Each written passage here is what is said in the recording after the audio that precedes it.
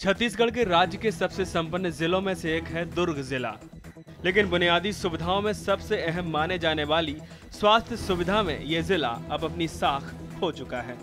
सरकारी जिला अस्पताल में गरीब मजदूर की आंखों का इलाज होना था, उन्हें रोशनी मिलनी थी, पर ऐसा नहीं हो पाया। दुर्ग जिला अस्पताल में मोतियाबिंद ऑपरेशन के बाद 1 दर्जन से ज्यादा मरीजों की आंखों में संक्रमण फैल गया।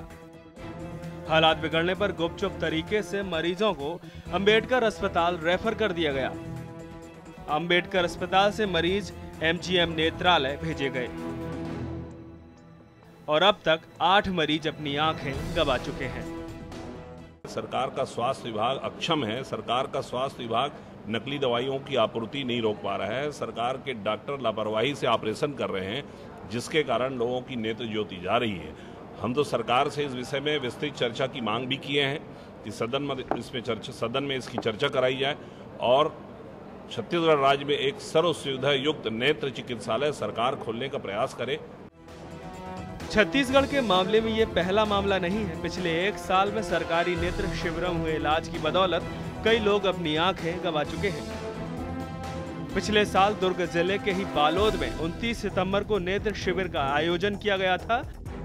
शिविर में ऑपरेशन कराने वाले 43 मरीजों की आंखों में दूसरे दिन ही तकलीफ शुरू हो गई थी और इन 43 लोगों को डॉक्टरों की लापरवाही के कारण अपनी आंखों से हाथ धोना पड़ा था। ठीक इसी तरह मुख्यमंत्री रमन सिंह के गृह जिले कवर्धा में हुए नेत्र शिविर में भी 10 लोगों की आंखों की रोशनी हमेशा के लिए जुदा हो गई थी।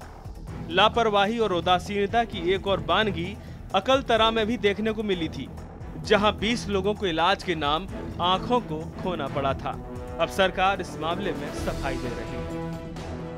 पहले बालोद में हुई और अब दुर्ग में हुई,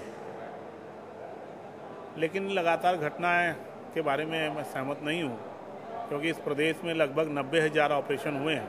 हालांकि मैं उस विषय में नहीं जाना चाहता, लेकिन जो भी घटनाएं हुई हैं वो दुखद हैं और इस घटना की हम परीक्षण करेंगे और परीक्षण करके इसमें कौन किसने कहां तक दोषी है उसके बारे में हम कार्रवाई करेंगे। इन सभी मामलों में घटनाओं के बाद सरकार जांच कराकर दोषियों पर कार्रवाई का रटा रटाया जवाब तो देती है, मुआवजे की घोषणा भी होती है, पर क्या कोरी घोषणाएं और आश्वासनों से लोगों की जिंदगी फिर से रोशन हो पाएगी?